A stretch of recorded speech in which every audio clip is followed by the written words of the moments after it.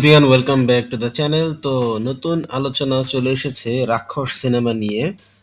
রাক্ষসের যে item song, সেখানে বলিউডের একজন অভিনেত্রীকে পারফর্ম করতে দেখা গেছে, এরকম একটা ইনফরমেশন কিন্তু আমরা ইন্টারনেটে দেখতে পাচ্ছি। সো কাকে দেখা গেল, সিয়াম কার সাথে স্টেজ মাতাবেন? মুম্বাইয়ের আদিল শেখের কোরিওগ্রাফিতে বড় আয়োজনে এই আইটেম সং এর শুটিং হয়ে গেছে, যেখানে নাতালিয়া নামে একজন রাশিয়ান বংশোদ্ভূত অভিনেত্রী পারফর্ম করেছেন।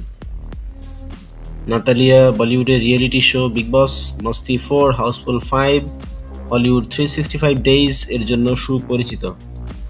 সো এরকম একটা বড় নিউজ, যেটা রাক্ষসের জন্য খুবই পজিটিভ একটা ভাইব তৈরি করবে, সেটা কিন্তু নির্দ্বিধায় বলে দেওয়া যায়।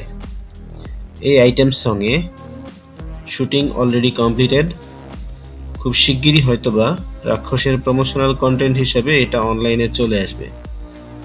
এখন পর্যন্ত আমরা রাক্ষস থেকে শুধুমাত্র একটি ফার্স্ট লুক ভিডিও পেয়েছিলাম 2 মাস আগে।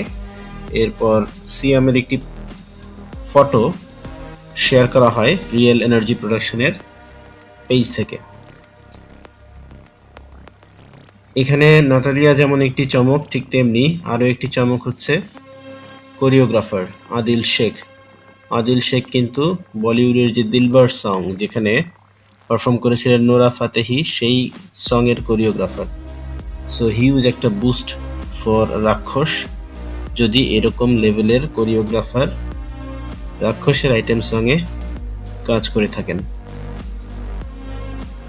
ঈদের খুব বেশি বাকি নেই, হয়তো আর 10 থেকে 12 দিন আছে। এই সময়ে আমরা কিন্তু রাক্ষসের কোনো ধরনের প্রমোশনাল কন্টেন্ট এখন পর্যন্ত পাইনি।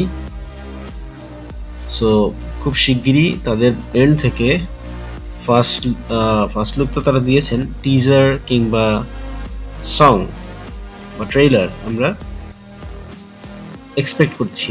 এখন এর আগে মেহেদী হাসান হৃদয় যে সিনেমাটা করেছিলেন বরবাদ, সেই সিনেমার কিন্তু কোনো ট্রেইলার আসেনি, টিজার দিয়েই তারা সেই প্রচারণা সেরেছিলেন। বাট আইটেম সংটা এসেছিল জাস্ট ঈদের আগে আগে। এক্ষেত্রেও তারা সেম ফিলোসফি ফলো করবেন কিনা সেটা সময় বলে দেবে, কিন্তু প্রমোশনাল কন্টেন্ট যত দ্রুত অনলাইনে আসবে তত বেশি অডিয়েন্সকে এঙ্গেজ করা পসিবল। সো পূর্বের এক্সপিরিয়েন্স থেকে শিক্ষা নিয়ে তাদের আরও বেটার ওয়েতে প্রমোশন করা উচিত। কিন্তু আমার যেটা মনে হচ্ছে, বরবাদে ছোটোখাটো লেভেলের প্রমোশনে তারা যে সাকসেস পেয়েছেন, এই ক্ষেত্রেও তারা হয়তো একই ফিলোসফি ফলো করবেন। সময় বলে দেবে কি হয়, বাট আমরা এক্সপেক্ট করছি একটি ব্লাস্ট আসবে রাক্ষসের পক্ষ থেকে। এবারের ঈদে খুবই কম্পিটিটিভ এনভায়রনমেন্ট দেখা যাচ্ছে সিনেমাগুলোর মধ্যে, অনেক ভালো ভালো সিনেমা কিন্তু আমরা দেখতে যাচ্ছি। সো দেখা যাক শেষ পর্যন্ত কে শেষ হাসি হাসে। তো আমাদের ভিডিও কেমন লাগলো অবশ্যই কমেন্ট বক্সে জানাবেন। আমাদের ভিডিও ভালো লাগলে লাইক করবেন, শেয়ার করবেন। আমাদের চ্যানেলে যদি নতুন হয়ে থাকেন অবশ্যই সাবস্ক্রাইব করবেন। কথা হবে পরবর্তীতে অন্য কোনো ভিডিওতে, সেই পর্যন্ত ভালো থাকবেন।